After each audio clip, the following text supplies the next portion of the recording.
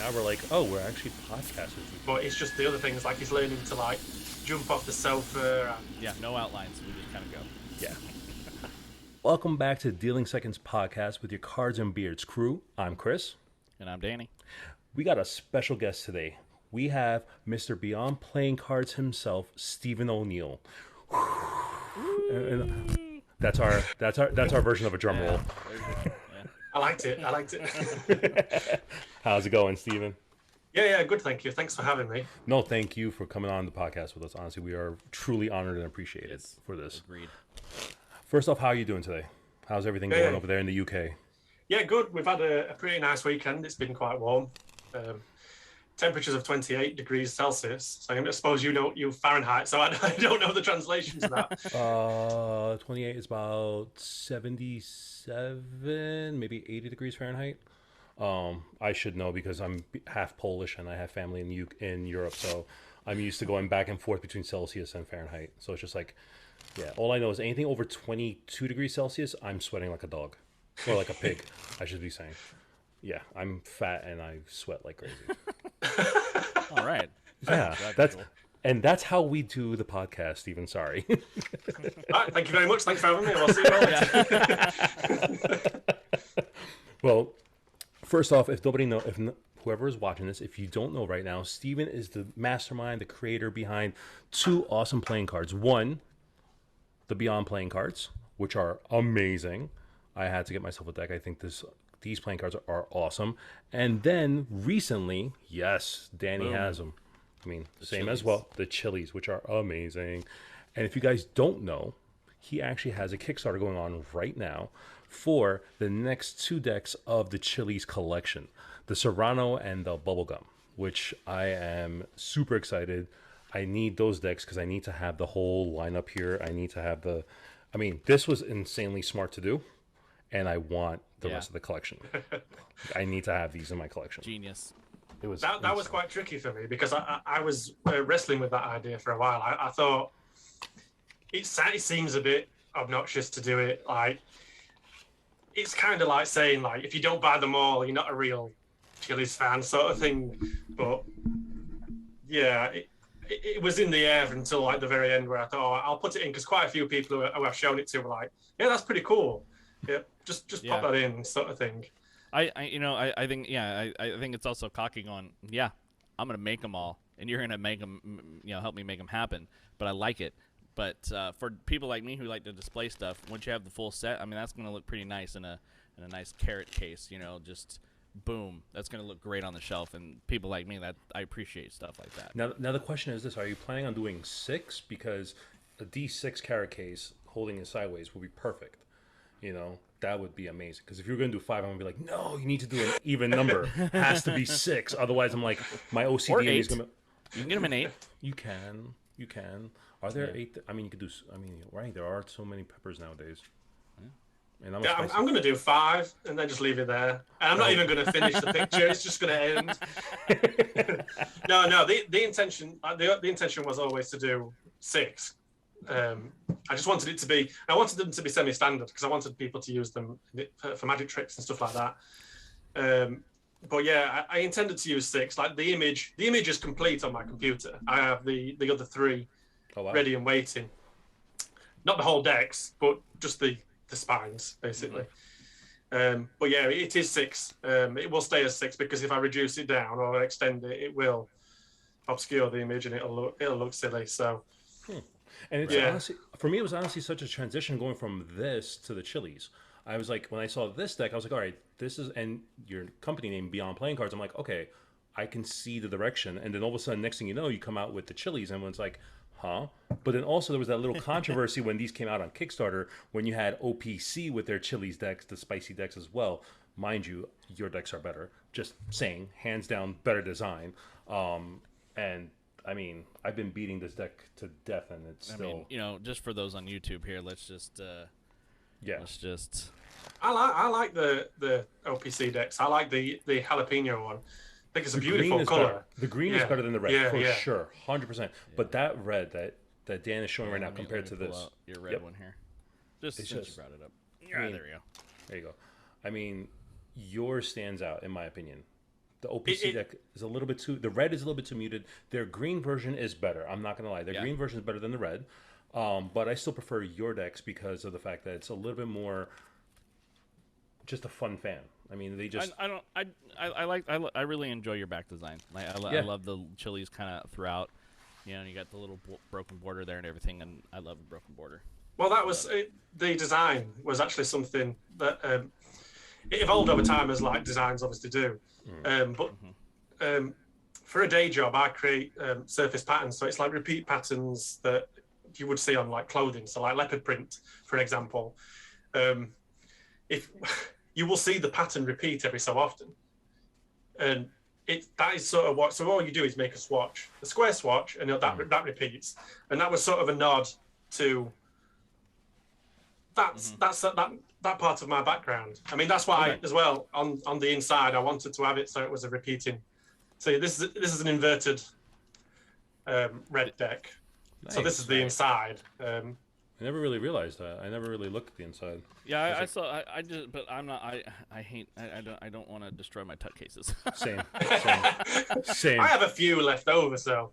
Well, yeah, I'd imagine. And then I've got text at the bottom, which is sort of a bit of a. Yeah, the hot stuff on the red I saw. Yeah, and the habanero one, I think the folds slightly cover up the text a little bit, which is a bit disappointing. Which it does just a little bit, but you can still make it out. Funny enough, it's like the only deck of yours I have not opened is the habanero. I have not opened this one yet, and that's my favorite one. I know, and I haven't opened this yet. The other two I've opened, I've abused them, but that one have not opened yet. But I just that seems to be the most popular one as well. Like, I thought the jalapenos was everyone was saying like when the red deck funded, everyone was saying we need to get the green one, we need to get the green one. You can't have the red one without the green one. So I thought because it was at the exact same time as OPC, so they were like, okay, which ones are better? I think people were like trying to compare, apples to apples instead of apples to oranges because there was two decks, the exact same two colors. So it's like, okay, which deck is better? And granted, OPC did a great job with their green deck. I still like yours a little bit better. I just like the design more personally. But I mean, to each their own. There's nothing wrong with any of them. Yeah. I mean, when I was told about the OPC deck, I saw it and you have this moment of panic where you think, oh my God, someone's doing the same thing that I am. But I just sort of like made a bit of a joke about it, and you just sort of like, these things happen, like people come up with the same designs and stuff like that all the time. Yep. I think the only downside was when I saw it, I was a little bit worried that people might say that I'm copying them. And I think that was always a bit of a worry in the back of my mind. I've probably had like 2 or 3 comments where people have said that I've copied OPC, but it wasn't as bad as I thought it would be. With just sort of a couple of comments. Yeah, I thought it was just a couple comments. Yeah, you'll always have those couple people, right? But I think that's always. That's going to happen. I don't see any copying. You both just had inspiration from the same food.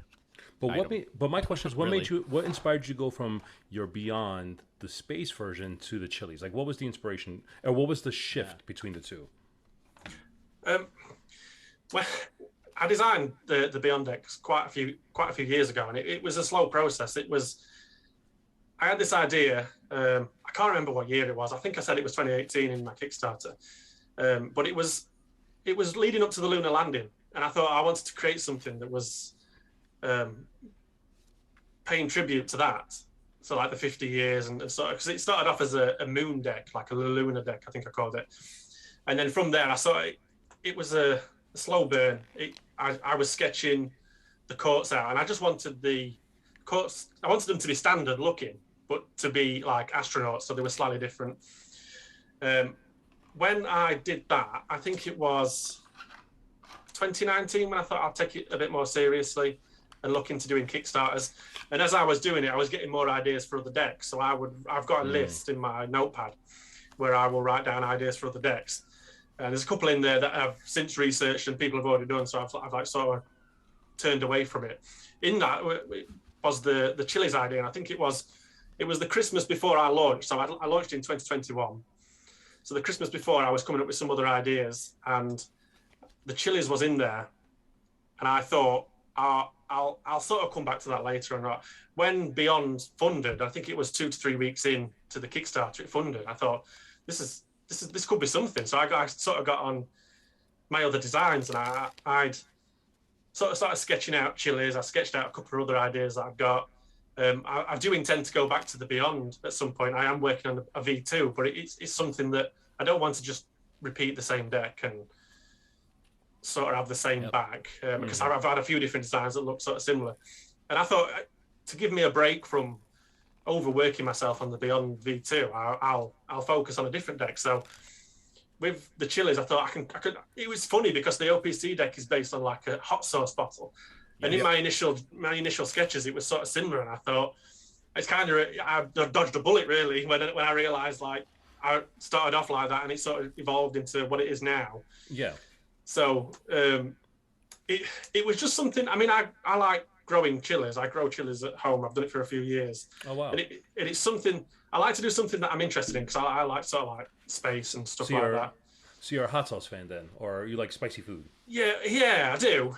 But not as hot as what people might think, considering what efforts I've gone to with this deck. But I sort of try to do something that's of interest to me. So that's cool. Yeah. Okay. Yeah, because honestly, I mean, I just saw the transition between the two decks, and I'm just like thinking to myself, like, wow, what really made you have that shift? And honestly, I think it's a great idea and a great way of doing it. You know, doing the 6 decks and whatnot, and actually having a range for the Chili's decks. I'm just excited to see what will happen after this Kickstarter. If knock on wood, if it funds. By the way, guys, if you're watching this right now, he's actually live on Kickstarter right now, so you can actually go check the it will be linked in the comments below, in the description below. So if you guys want to check it out, click on the link, give it a look. If you like it, give it a fund if you can. I think it's a great deck.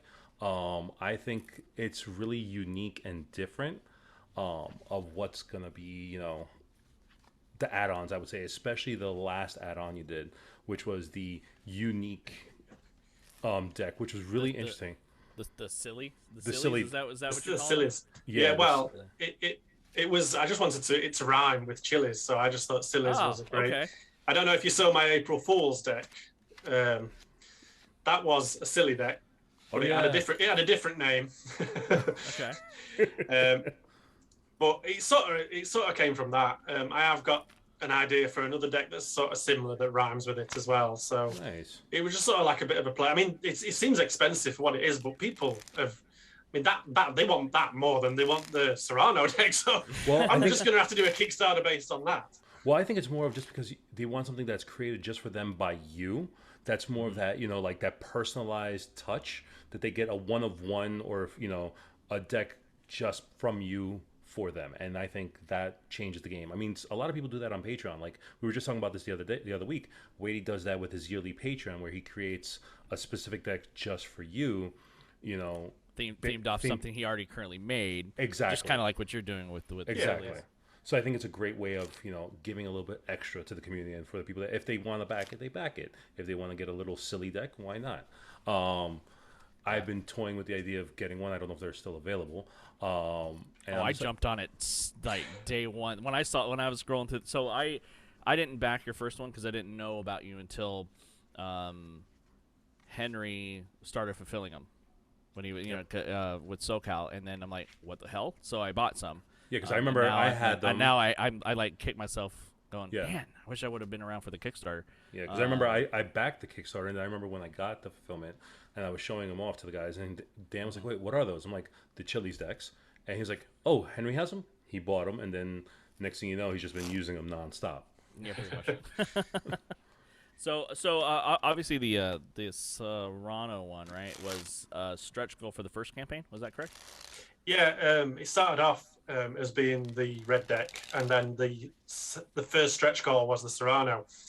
But it was so expensive to produce that it was almost double the original goal. So what I did is switch them round to allow the jalapenos and the habaneros to unlock earlier. Mm-hmm.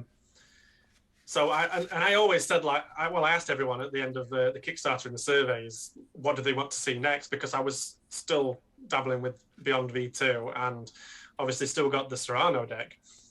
It was almost a landslide towards the Picante version. So I thought, well, I'm going to have to do it. So the intention was to do it in January, but with how busy I've been with work and stuff the past, because January is a really busy time for me anyway, it ended up being pushed back a bit, and then Cartamundi's prices have gone up 3 times since January. So it's been a bit of a back and forth, and my solution to bring the prices down so that I could offer it a more affordable price was to offer 2 decks, which is when the bubblegum came to life, which got a really positive response, which I was quite happy about. So I had It's to. very beautiful. I'll tell you, it's very beautiful. Just from the pictures, it's just like, even we all were like, this is a really interesting and beautiful deck that I would love to have in my collection.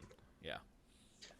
If it funds, I would absolutely love to produce both of them and sell them, because that it's using the Cartamundi cold foil. So what they do is they will print the silver cold foil onto the card, and then they print the colors over the top. So you're going to get a slightly different shimmer depending on the light. So I can't replicate that in my renders, but I try to explain it as best as I can. Like, you're going to see like a different color, and it's going to be really interesting to see how it comes out.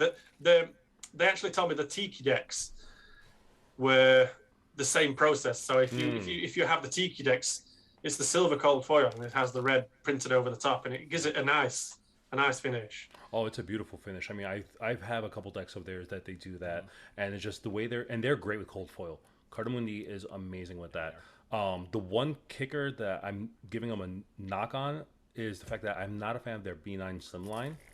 I prefer the old school B9 stock, the thicker. I mean, just because I'm also have hands the size of gorillas, so I mean, he's a freak. So his opinions don't matter. This is your deck in my hands, basically.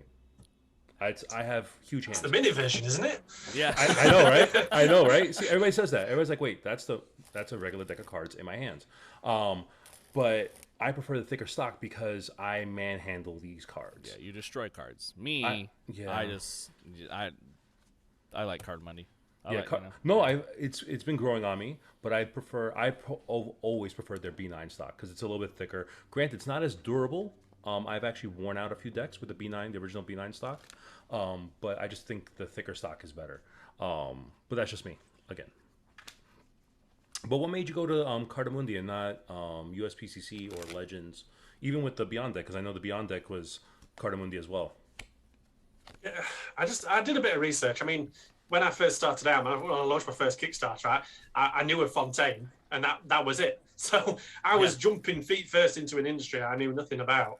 So I did a bit of research, and I found USPCC, I found MPC, and I found Cartamundi, and I think it was the simplicity. I mean, I emailed all 3. I contacted people for quotes, but Cartamundi, they had the I don't know if you've been on their website, but they've got a custom playing cards section where they've got a slider, and you can put in if you want 200 decks. I think the minimums are 200, and then that can go up to 1,000, and it gives you a price. So I thought, for simplicity's sake, it tells you exactly what prices they're offering. So I think that was sort of I think it was just simplicity that led me towards them, and not knowing about Legends or is it Hansen Chen? Yeah. Mm-hmm. Not knowing about them probably helped me a little bit, because a lot of people were thanking me for using Cartamundi. I remember I had a lot of Europeans messaging me saying, I mean, there was one guy who was saying that he had fond memories of playing cards with his grandparents, and he had Cartamundi cards, and he was thanking me for using that printer so that he could cherish these memories that he had with his grandparents, which I thought was lovely. I mean, I had no intention of like evoking these sort of emotions in people. I was just trying to find something that worked for me, and for sure, they really delivered it as well. And one of the best compliments I had was the stock, not necessarily the artwork, but the stock of the cards. So it was nice. It was a nice experience. Oh no, I think they also have great customer service from what I've heard. That's from what I've heard. As Dan, if you're watching this on YouTube, Dan is pressure fanning under pressure. They just handle so nicely. Yeah, I can't do that, or else I will rip these cards. I can't do that. No, full stop. I just learned. I just honestly just learned how to actually do a one-handed riffle shuffle. I thought you were about to say I just learned how to shuffle cards. We have a running joke on this podcast and in our group in general. I do not know the difference between traditional and modern cut Pharaoh, or traditional modern cut, and which way to Pharaoh. Even though I think I remembered. But yeah, I've been known to destroy cards, and Dan knows. I've shown him. I've literally. He destroys my decks. I did. No I one had, else's. No, Dan. Just mine. Just yours. I literally went to go Pharaoh Shuffle one of his one time, and literally I tore an ace a quarter of the way down because I forced it in. It was just like, yeah, great, good job, Chris. You could be speaking Latin for all I know. Yeah. Like, I've obviously heard about the Pharaoh Shuffle, but honestly, I'll stick to design because it's just 52 card pickup every time I pick up a deck. See, and I love that. Like, you get that a lot from people that design playing cards. They don't handle them. They don't know. They know that they're 52 pieces of paper and they put art on it. That's about well, far honestly, yeah. Honestly, I'd love to know it, but just sometimes I just sit there and I think, do I spend a couple of hours learning some cardistry, or do I spend a couple of hours designing another deck? And I just sort of think like, well, what's a better use of my? I mean, it's fine if I'm watching TV and I can just sort of like fan it out a little bit and just play around. That's the best thing I can do.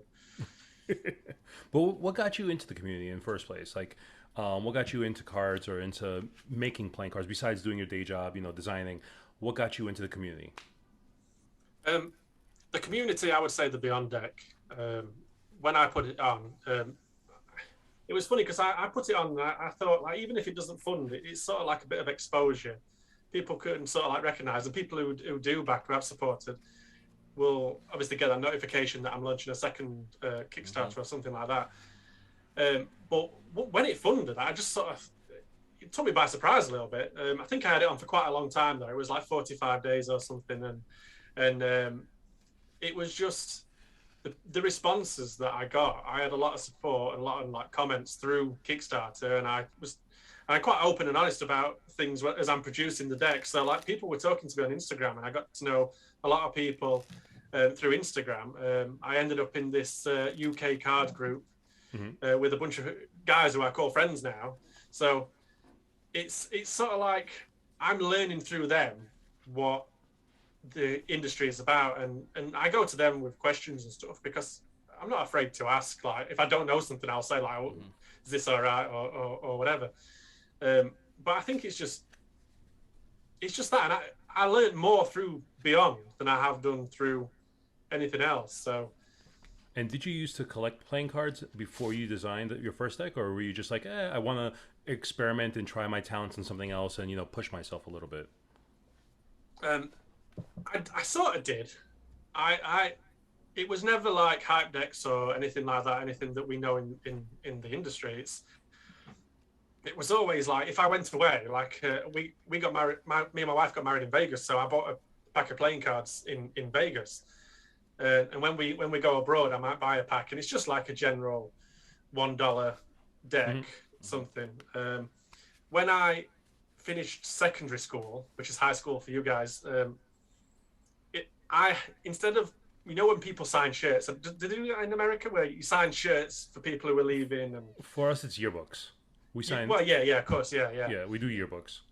Yeah, so like at the end of school, people would sign shirts and stuff like that. So everyone's going around with a marker pen and stuff like that. And I took an old pack of playing cards, and I had people sign, and I had teachers signing and stuff like that. And I've still got that deck. That's like probably the oldest deck I've got. And then I've got a couple of other decks that I play games with. So that was about 15, 16 years ago since that sort of started. So I sort of had like a bit of an affinity with cards, but it was.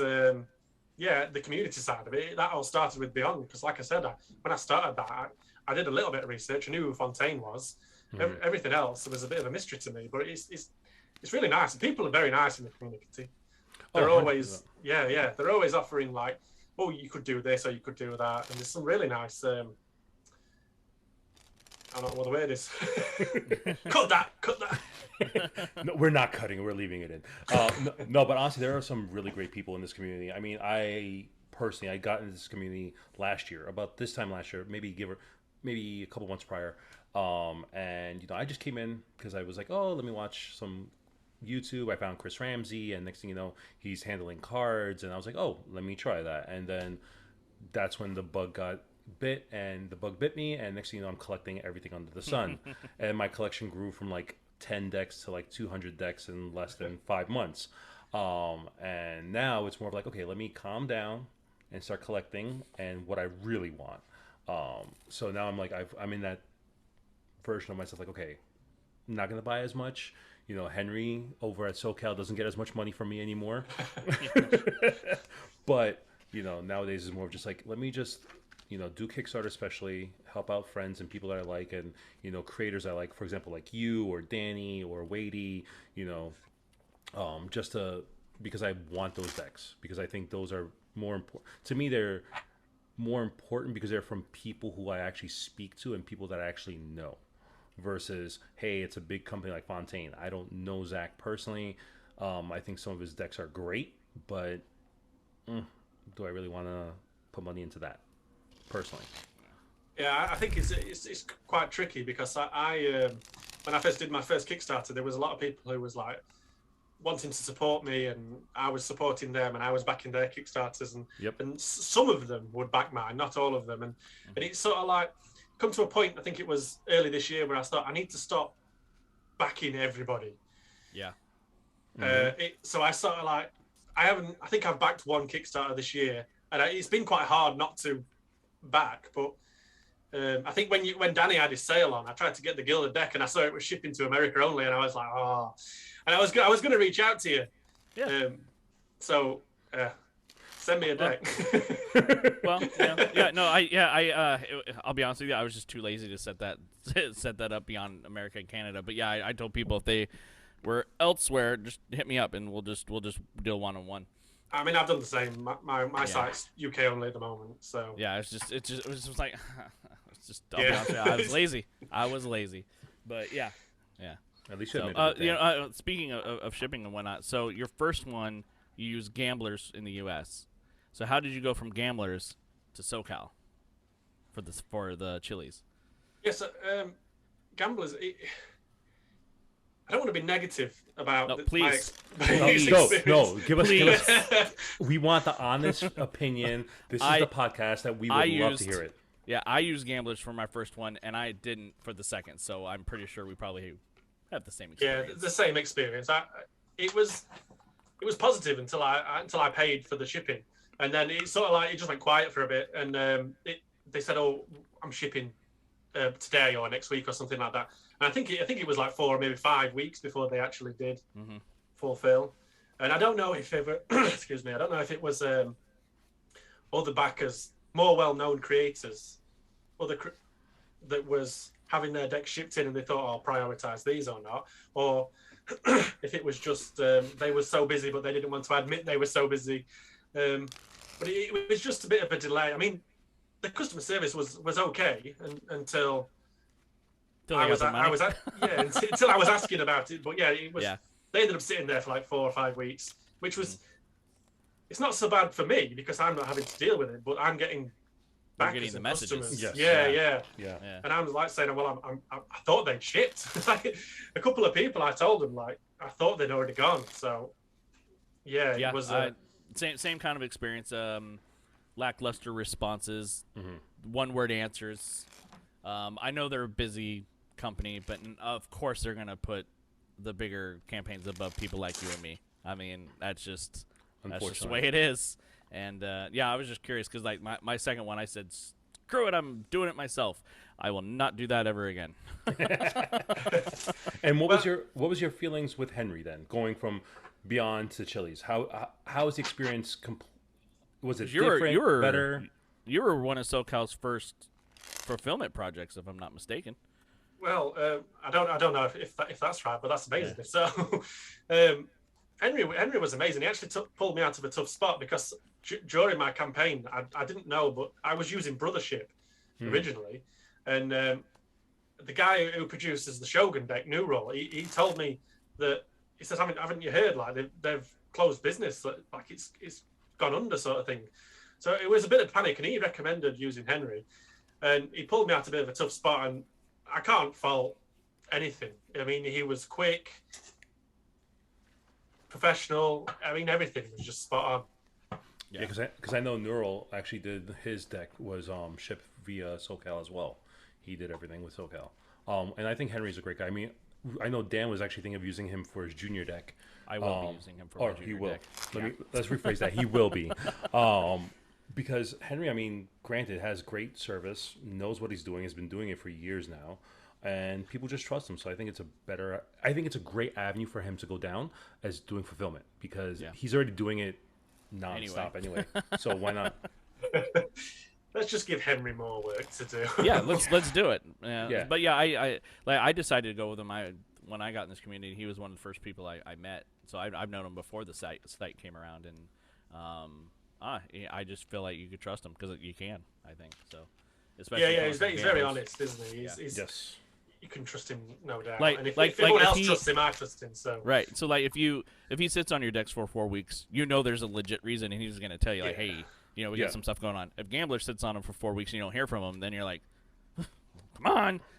Everybody knows Henry and his life and everything that he does with the family, and so if he has delays, we all believe him because we see it because he doesn't hide.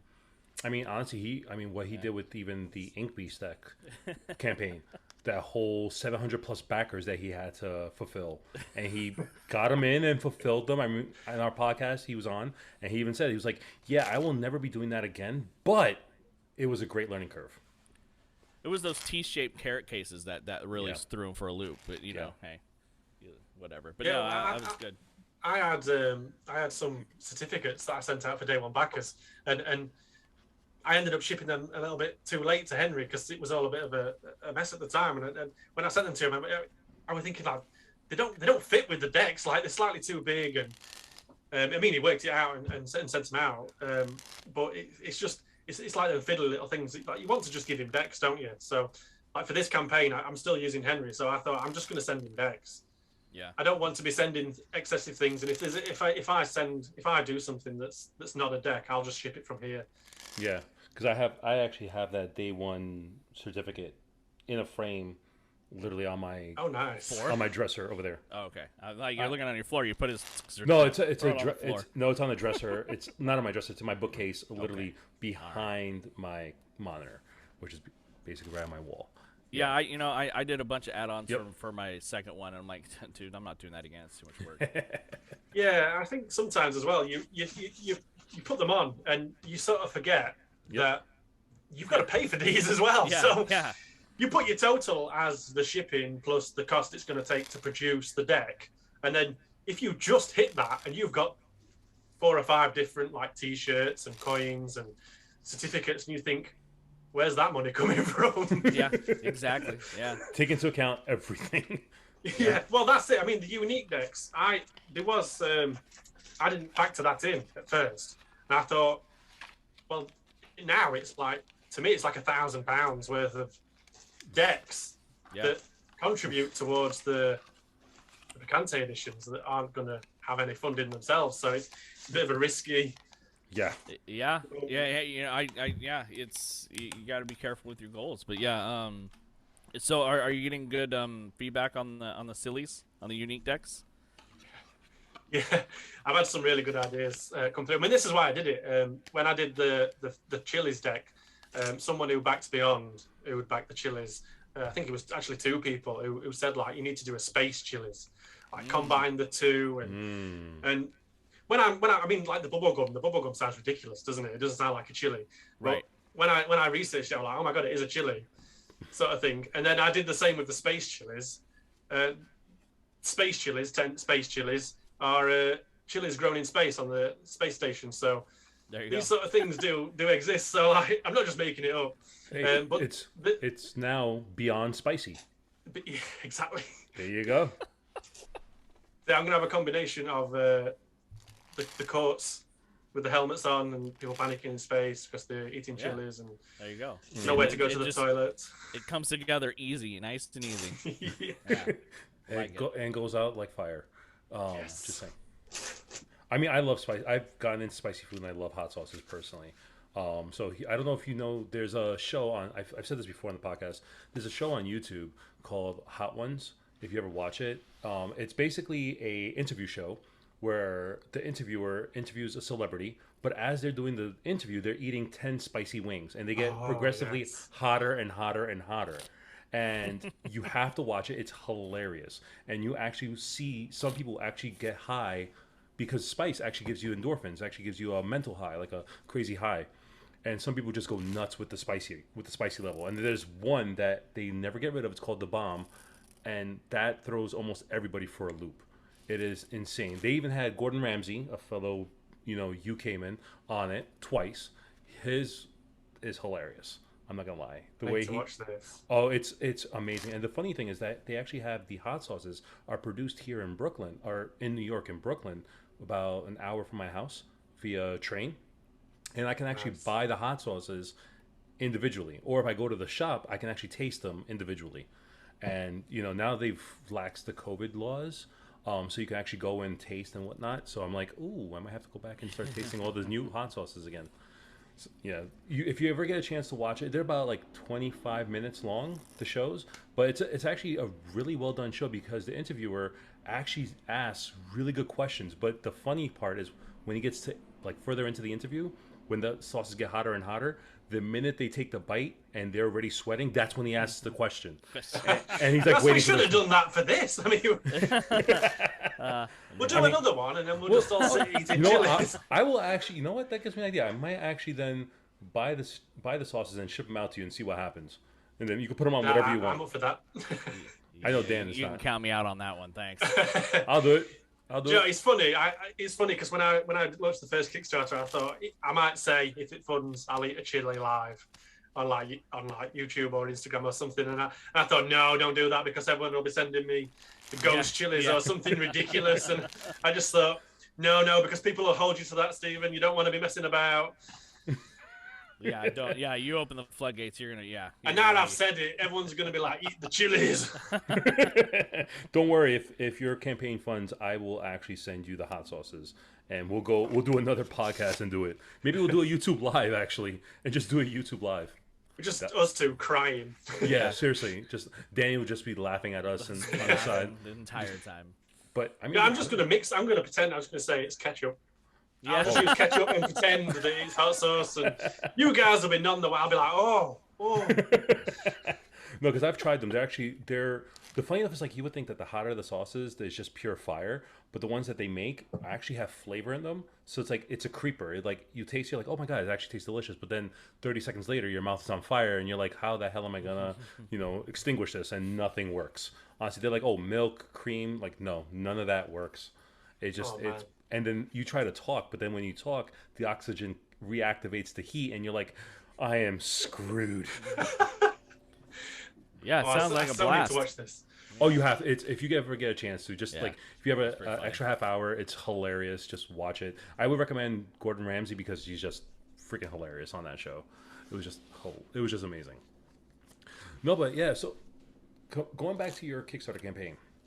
The fact that you have the picante, the serrano, and then the bubblegum, and you've been teasing that purple deck. Yeah. That Aurora? Yeah, that purple one. I'm just like, ooh, that's a beautiful color, purple. There it is. Boom. There it is. Now that is a beautiful color. Yeah. Love that. I do have one prototype, but I sent it to a friend. So his name's Russell. He's actually making his own deck at the moment. So that shouldn't be advertising someone else, competition. But if you go to R cards, R is in the letter R. Cards. That's Russell. Okay, I was wondering. Yeah. So call him Ross Bernard. Ross Bernard. If just keep calling him Ross. Okay. That'll set a nice tone. Okay. No, he's a great guy. You can have a real laugh with Russell. But his deck at the moment, I know the artist who has designed the back, and she's amazing. So he's produced this deck, and it's a beautiful bag. So if you get a chance to see that, so he actually has the prototype, and I sent that out because I missed his name on the day one backer certificate because there was an error with his day one because I think he was like backer number 7 or something like that. So he was quite early in the campaign, and his payment didn't go through. So I like completely forgot to add his name I mean, I made a note and everything, but I completely forgot to add his name to the certificate. So I was like, oh my god! So I sent him the purple deck. So he has the purple deck. Oh wow! But I would say it's a prototype because it doesn't have any jokers or anything like that. Nothing fancy. I'm looking at him right now. Yeah. Yeah, I've seen this. Okay, I've seen it around. Okay, I've seen that purple. I've seen Yeah. that purple going around. I'm just like, oh my god! I was like hoping that was gonna be the next one after the main three. I was like, okay, purple, great, because you know purple's not my favorite color, but it's growing on me, and I'm like, oh, that would have been great. But then when you did the Picante, the Serrano edition, I'm just like, okay, now I see. Okay, makes sense. Yeah, I like going for the two cold foil guys, the Picante and then the bubblegum. I like. Well, I like that. I wanted to bring the Picante because obviously everyone was asking for it. Yeah. But now that I'm doing the Picante, everyone's saying, give me the purple, give me the purple. So even if it doesn't fund, or even if it does fund and it doesn't reach the stretch goal for the purple, I've said I'm still going to bring it because it's part of the 6. It's like the original ones. Like I've got the original ones and I've got the Picante, which is the spicy ones. And then I've got another idea for one, which I've sort of half designed, which I haven't shown anyone yet. So I've got a few ideas. I mean, even if the Picante editions don't fund, I might bring them back without the cold foil because obviously that'll bring the price down and make it more affordable for everyone else. Makes sense. Well, yeah, I mean, going for the Serrano one here, because it was a stretch goal from the first one, you got feedback for it. Makes sense to make it your next campaign. Throw the bubblegum one in there because that's beautiful. And of course, why not throw the purple one, the next one as a stretch goal, and see what happens. And if not, you can always refocus and rearrange the campaigns in the future. Why not? Yeah, exactly. You know? Yeah, why not go for it? I'm excited. I am very excited for this one because honestly, I mean, where's your campaign sitting at right now? About 61%. I don't know percentages. I got an email. I mean, Kickstarter emails, they always, I think they exaggerate a little bit, don't they? So I think it was 64%. I think it went up a little bit. He's just under 10,000 funded and for a 15,000 goal. So, you know, you're... Yeah, I'm at 8K. You're getting there. Pounds, but you got 17 days, so... Yeah, I mean, the Chili's, I think they were funded in 2 days and 4 hours or something, but who's counting? Yeah. I mean, but obviously, like, this is a bit more slower. But so I'm sort of expecting it. I'm not expecting it to not fund, but I'm sort of prepared for it not to. I mean, in my view, I mean, how many backers do I have now? I always go into a campaign going, nope, this thing sucks. No one's gonna like it. It's not gonna fun. Screw it. I'm over. I'm done. Yep. And then I always go with failure in my mind because you never know what's gonna happen with this stuff. You know, like my first one funded needed 2,000 in the last 2 days and it hit it barely, and I was like, what? Then my second one took about 2 weeks, but of course it was higher because I was doing more. So yeah. But that, I mean, the Beyond, I think that was 3 weeks until it funded. And I mean, that was, I mean, obviously I had no one knew who I was at that point. So it was sort of nice. I think that still has more backers than the Chili's one. So I think people are just saying, like, just making up the space deck. I think at the time when the Beyond deck came out, it was actually at a time where people were looking at the space theme, and that's where people were going for. I think that was like a big fad at the time. And I think now it's more of, besides food, I think it's more color is attracting more people. And I think that's why people want the foil. Yes. Yeah, and then and a lot of the my train just went right off the track there. Yeah, a lot of foil, a lot of shiny, a lot of shimmer. That's kind of what people are. A lot of hollow. Yeah, there is a lot of hollow. A lot of hollow. That happened overnight, didn't it? I think there was like one hollow deck, and then all of a sudden everybody's got hollow decks. I think it's overrated. Well, I asked Carter Monday about it, and the prices for obviously a small creator like me, astronomical. I mean, there was no way that it would have ever funded if I'd have added hollow. You know, I'd have loved to have done it. Yeah. Well, yeah, I don't think like the hollow is going to go the way of the gilding, where gilding is now just an everyday thing. Now we all accept it, and it's just part of it. I think hollow will fade, or at least I hope so. Yeah, I think not a huge fan of it. Nor am I. I'm just like, I can do away with the hollow. I like can we get back to like Basics? funding and like stuff like this? We don't obviously I like the cold foil stuff, but I mean, come on, people. Yeah, just like simple, easy decks that are fun, quirky, and unique, and just not everything like needs that. to shimmer like that. Yeah. Oh wait, Ooh. What is that? Ooh, that's interesting. It's a test. Okay. I'm considering banana chilies, well, banana peppers, but obviously I'm gonna have to call them chilies for the 5th deck. I know what the 6th deck is. I've had that plan since day one, and I want it to be last. So the 5th deck, I've got a couple of ideas, and I actually sent a couple of ideas to a guy, someone you might know, Ash Marlowe in the UK. Yeah. Oh yeah. We've been talking about producing something. Deck on me. Oh, yeah, I do. If nobody knows, Ash Marlowe, he is Ape Card Co. That is him. His Cenozoic deck, which I actually do appreciate. This was actually my first ever Hansen Chien deck that I ever owned. Granted, deck smelled like shit when I opened it. It reeked. Sorry, we are not PG here whatsoever. This deck smelled like shit when I opened it. Same thing like the Black Roses, the gold, the cold. Very ripe. Yeah, it doesn't smell good, but they handle amazingly. Yeah, they do. They do handle really well. And I've actually spoken to Ash. I remember when he created this deck when he was on Kickstarter. I remember backing it, and this was like one of the first, I think within the first 5 Kickstarters I've ever backed, was his deck, and I was like, oh, okay, let me try it. But yeah, he's super cool. Yeah. Super nice to talk to.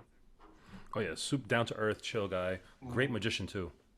Honestly, really really skillful with cards. I mean, if you guys don't follow him on Instagram, follow him. Ash Marlowe Magic, 8 Card Co. You'll find them. Trust me. I think I've just come on here to advertise everyone else. I know, right? It's like, geez. Just go and see Russell, Ash, and all your UK friends. You're just basically all the UK people. Yeah. Why not? Why not? It just sucks that, especially when it comes to like Kickstarters and shipping, for example, shipping to the UK or to Europe is so damn expensive, and it's just like so stupid in my opinion for just playing cards. Well, it's funny because when I was considering the price I should put for the Picante edition, everyone in the UK were like, "Oh yeah, that sounds all right," but I'm talking to people in the US, and they were like thinking that sounds expensive. And when we get decks, obviously you get the US price. It's made by USPCC or whatever, and you get the actual price, retail price, what it is. When they get shipped over to the UK, obviously we have to pay that shipping. Or the store pays that shipping, and then they charge that little bit extra, obviously for themselves because they're trying to run a business. And we seem to pay a hell of a lot more sometimes for popular decks. I mean, obviously shops, they try to do the best they can, but yeah. But especially for like what we were talking about a second ago about like the hype decks, like people that are just going for example, like Fontaine's. If you're trying to go for a drop and you want to get, let's say, a half brick of cards and send that to the UK or to Europe in general, and they ship out of the US, you're paying out the ass for shipping. It's just insane. And then even people like our neighbors here to the north in the US, Canada, just to ship decks to Canada is a pain in the ass, and then they have to pay the tariffs. They have to pay taxes on that, and we're like, wait, so you're paying to ship it already extreme amount of prices, then you have to pay taxes on it when it gets there? I don't understand that. Mine is just like, don't understand. It's when Cartamundis ships my cards to the UK, because I did UK fulfillment for the first 2, and obviously we've just had Brexit, so Europe are like, well, no, you've got to pay. Well, the UK are like, no, you've got to pay duty and tax and fees and stuff like that. So I ended up paying like an extra £400 on top of the shipping costs. I mean, it's ridiculous. I mean, a few months earlier within the EU, it'd have been fine, but. That's crazy. But so you're doing Henry for the US? Are you using somebody else for UK and Europe? This time I'm using what used to be it's dealers. I've got a good relationship with dealers. Awesome. There used to be 52 Wonders. People seem to know them better as that still. Yep. I mean, they've been great. I mean, the only issues at the moment is that they're trying to bring their prices down as much as they can, but shipping costs in Europe are going up, and I mean, with the war and everything, UK shipping prices are going up. So it's a tough balance, but I think it seems to be getting there. Yeah, but so you mentioned the war. How is everybody doing in the UK with the war and everything that's happening in Ukraine and Russia? Are you feeling it?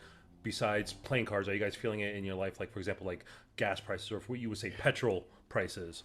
Are you guys feeling? Well, when you said gas prices, I didn't think of petrol. I was thinking of we have like gas mains running to houses and stuff like that to have a central heating and stuff. Mm-hmm. So our gas prices are to keep us warm in the house have shot up. I don't know the exact figures, but it's a ridiculous amount because we were buying a lot of gas from Russia, I think, and then all the sanctions came in. So we're paying, I think it's like 4 or 5 times. Oof. Just for central heating and electricity. It's just flying up. Petrol, it dropped a little bit and then went up again, but that doesn't seem too bad. But it's just home energy that's ridiculous at the moment, and the cost of living is going up here. So basic food items are going up. I mean, the poorest. I mean, they say it a lot over here on the news at the moment. But the poorest people are the ones who are suffering because they're choosing to whether to keep their house and their family warm or whether they eat. It's quite tough at the moment. That is. Are you guys feeling it as well? Me and Chris live in probably the most expensive states over here. Okay, I'm in California. He's in New York. So, and I live actually in the city, in New York City, Manhattan. So I'm within the most expensive state within the most expensive city. So I am double screwed. Yeah, and I live in the Bay Area, which is the whole place is expensive. So the gas prices shot up by like $2 a gallon since this all started. That doesn't sound bad to me because when I drove in America, I thought, oh, this is amazing. I could fill up my car and still have money left over. And yeah, it's petrol is expensive here anyway compared to the US. But. Yeah, of course, food prices and all that stuff kind of go up with it, but not as bad as you're describing. Like 4 times just for your gas to your house. Whew. I haven't personally seen that those prices affect our gas bill for our home yet. But here it's just all at the pumps in the grocery store. Yep, same here in New York. It's the same thing. I mean, for us, it's more of, I would say, food prices than anything else right now, because with everything going on in Ukraine and with Russia and everything, food prices are going up because now with gas prices not going crazy because we're not buying any gas from Russia anymore. Farmers and everything have to charge more, so then we get charged more, and then in New York everything is double the price. Like for us in New York, a gallon of milk is probably like $7 a gallon. Wow. Whew. That's expensive. Yeah. It's about like it depends. Like if you get it on sale, you're lucky for like $5.50, depending on the brand as well. Like if you get the cheap supermarket brand, you might get it for $5. But typically it's like $6-7 a gallon of milk. And then it just goes insane prices. I mean, food in general. I'm a fat ass. I like to eat bacon. So next thing you know, I mean, I see bacon prices going up like crazy. Like I see a pack of bacon go from $8 to now it's like over $13 a pack here in New York. See me? Yeah. I'm just ignorant and I just don't pay attention to the grocery store. I know we buy it pretty much every week, and I just yeah. Like I go to the supermarket. Honestly, even for like bare essentials, I can't leave a supermarket and not at least spend $65 to $70 at bare minimum. For one person, wow. Yeah, for one person. But then again, I also like when I'm competing, because I'm also a powerlifter. So when I compete, next thing you know, I go to Costco instead of my regular supermarket, and then that's where I'll spend $200 easy on food. Yeah. For a week. I eat a lot when I'm competing. Yay. I know, right? Food, yay. Yay, rising prices. I know, it sucks. And then playing card stuff goes up too. Oh, yeah. Like you said, Card of Money's already raised their prices a couple times this year alone. Yeah. That's stupid. I was talking to Luke Wadey about it, and because I'm using the cold foil, and he's used is it glowing UV ink, and he said he couldn't believe the price of it, but he says mine were ridiculous for the base price of each deck. I mean, that is insane, honestly, to have those prices go up. I mean, COVID already increased prices, but then add to the fact that now you have a war going on, just inflates that even more, and you're like, holy shit. Yeah, which is, I mean, be honest with you, is part of the reason I'm going to WJPCC for my next one, because I wanted to do Card of Monday or Hansen Chen, but Hansen Chen took forever to get back to me, and I grew impatient. But whatever. There's a running theme. There's a running theme with you, Dan. Impatient and lazy. We impatient and lazy. Yeah, we see a theme. exactly. We see a theme.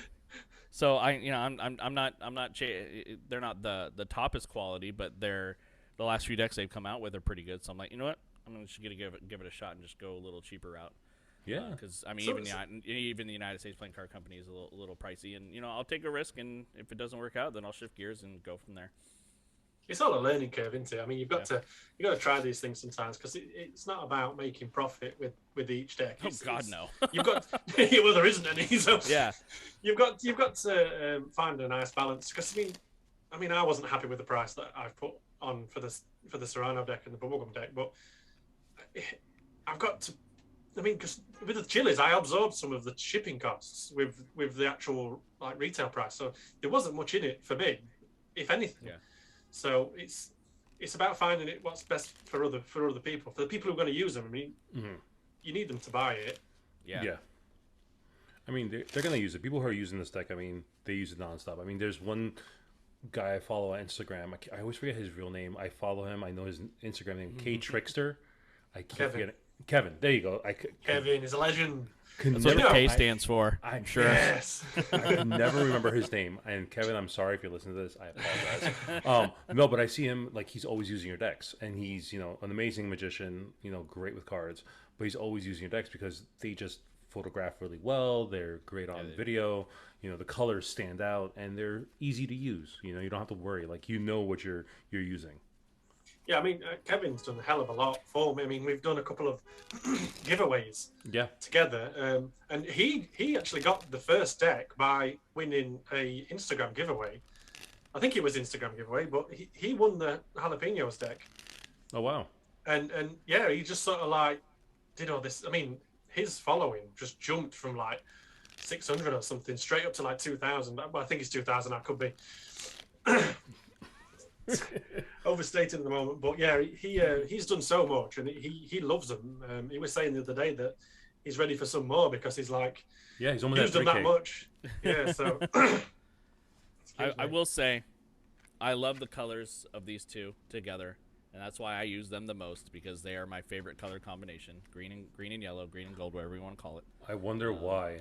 I mean, just look at your shirt. Yeah. So MLB, athletics, baseball. I mean, hell, with Luke Wade's Patreon deck, I went green and gold. So yeah, that's green's very in fashion now as well. I think it's always been in fashion. I just think different shades of green people don't like. I think more people are liking a little bit more vibrant green versus the muted green. Because we're gonna test that theory here with my next campaign though, because mine's a muted green, so we'll see. Yeah, muted green with yellow kind of doesn't look that good. No. At all, like with Danny's shirt, it doesn't look that well. The blue. If I had my Yankee shirt, the blue and white pinstripes, now that would have been perfect. You know why they wear pinstripes? Because they're all criminals. I don't know. I don't have a comeback for the Yankees. He tried. He tried. I have a question. Sorry. Yeah. Yeah. So your shirt, is that obviously like a specific team? Yes. Yeah, it's for Major League Baseball over here. It's the Oakland A's. Yeah.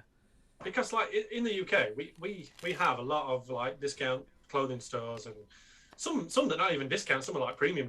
They have a lot of random Americanized athletics in a random year like 1972 and and they're just random teams. They're just completely made up. And they sold I mean, only just recently I've seen like Chicago Bulls and New England Patriots shirts in one store, but for years we've had these generic random sports teams, and people have gone mad for them. People were just wearing them all the time, and you just sort of think, and then people go up to them and ask them about the teams, and they're like, no, but then the bigger question now, if we're talking sports, your favorite football club. oh. see, you can't ask a Brit that question because they are a lot of my friends that are from England, they're very diehard football club fans, depending on which football club they are a part of. And if anybody's ever seen in America, we call it soccer. If you ever watched a soccer match, especially a English Premier League soccer match, fans are insane. They're nuts. They are. It's like we think we're crazy with our sports. No, we're not. No, we're not. No, we're not. No, we're not. So, No. Steven, what would you say? Who's your favorite football club? I'm gonna let you down now. I hate football. There we go. Yes. No, I don't hate it. I like watching the World Cup and the Euros and stuff like that. So I'll always support England. But I'm from Chesterfield, so I'll say that I support Chesterfield. And my dad is a huge Derby fan, so I've been to Derby games with him and stuff like that. And you're right, it is insane. I mean, you'll see blokes there, shirts off, swinging them around, spilling beer everywhere, and It just sounds like a regular Friday night for us. Here in America. But yeah, people love it. It's like going to church for some people. Yeah. Yeah, it really is. I mean, I know Danny's a huge baseball fan, especially the Athletics. Me personally, I watch sports. I'm not that diehard into sports except for football. American football, I should say. Yeah. NFL, not European. American football, I'm a huge Giants fan, so that is the team that I will always support. But if I ever get to watch a game, because honestly, I don't have regular TV, I only have streaming services. I've got rid of all my. Yeah, so I'm like, okay, how can I hijack, free games online? Is there a subreddit division where I can watch it for free? I know. No, there are, but they got rid of them. They got rid of them. Oh, you can find them. That means damn, that means now I got to look. Shit. You Dan just knows not where hard they enough. are. Yeah. No, NFL's got really popular over here actually in the past few years. Yeah, because I think they've played. I think the NFL actually has a couple games in England now. Yeah, Wembley every year. Yeah. But I think Las Vegas had a deal with Wembley at some point. From the last I heard, anyway. I don't follow it too well. So, besides all that, besides playing cards, besides all that, what else do you do as a hobby? Because I know you design a lot. Do you have any other hobbies that we don't know about? Because we only see you as a playing card designer. I've seen you do like your graphic designs on Instagram, like your different designs, different colors. What else do you do? So, because people don't really know you besides playing cards. I'd say that's a lot harder to answer now that I've got a kid. Happens. Well, yeah. I mean, I used to really like video games, but I sort of drifted away from that. Got bored with like PS4 and stuff like that. I like sketching and like designing stuff and doing that. When I'm not working, I sometimes find it therapeutic, but when I'm working, I find it quite stressful. So it's a bit of an odd mix. When I turned 30, I started gardening. So obviously growing the chilies and stuff like that, it's led me astray into like the greenhouse and growing flowers and stuff, which sounds really boring and middle-aged. Sounds about right at middle age. Yeah, I was gonna say, yeah. Sounds about right. Do with being a father with a kid. Sounds about like Yeah. No more going down to the pub at 1 a.m. getting drunk with your friends. It's more like I'm trying to catch some sleep while my kid is sleeping. Yeah. But yeah, I watch a lot of Netflix shows with my wife. When we get some time together, we'll sit down and watch something, or we'll go out to a restaurant or something like that. I sound really boring. No. Not really. I mean, compared to for us, I mean that just sounds like a regular time for us. Yeah, that sounds fine to me. Sounds. I'm like, I do that with my girlfriend. I'm like, hey, why don't we just? Sometimes she'll come over and be like, why don't we just sit down and watch some Netflix shows or just watch TV and just be like, okay, I'm not. There are times where we'll actually go take a walk around my neighborhood because since I live in the city, I'm not that far from Central Park, so we'll take a walk in Central Park or we'll go to like get some breakfast or get some food and just chill for the rest of the day. I mean, you live a boring life. I live an extremely boring life. That's where I like it. Just. I mean, to be fair, I like just chilling out. Same. There's nothing better than relaxing. I don't think. I think that's. No, sorry. I was just going to say, what's your guilty pleasure on Netflix?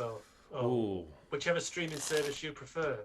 Ooh. I prefer them all. I have them all. But right now, I would have to say, I'll take this one first. The American version of Shameless is, me and my wife discovered that about 2 months ago. So we're working our way through that through our normal television viewing.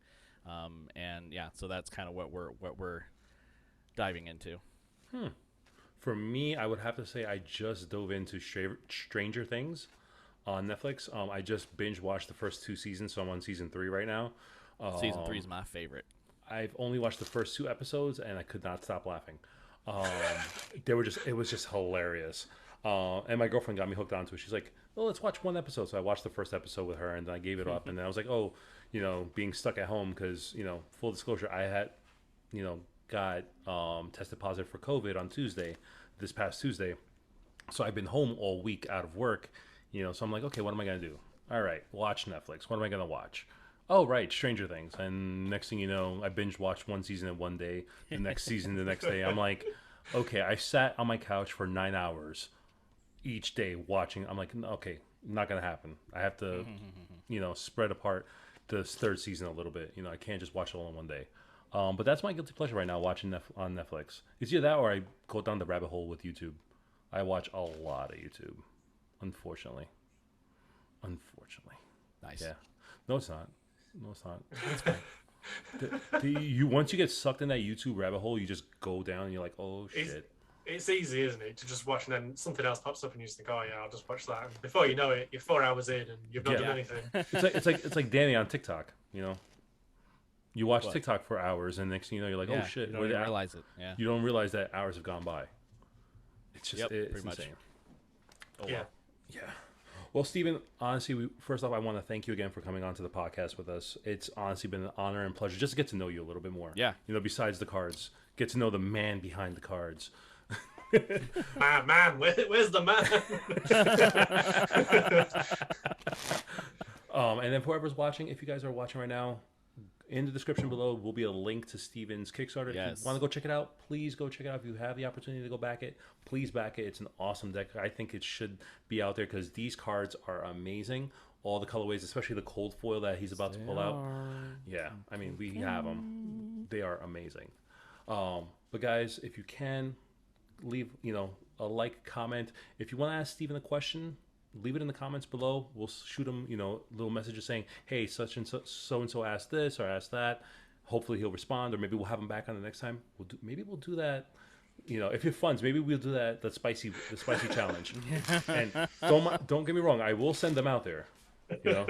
Have you and your wife have the spicy sauce, the hot sauce together while we're doing this, and just see her reaction in the background?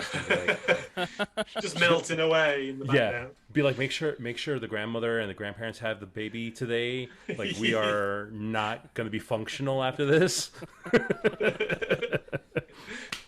No, but Steven, thank you again so much. Thank you. Seriously, thank you for having me. We couldn't be grateful enough. I was going to say, we couldn't have done this without you. Exactly. All right. Well, until next time. Again, thank you, Chris. Have a day. You as well, Danny. All right. Peace. Peace.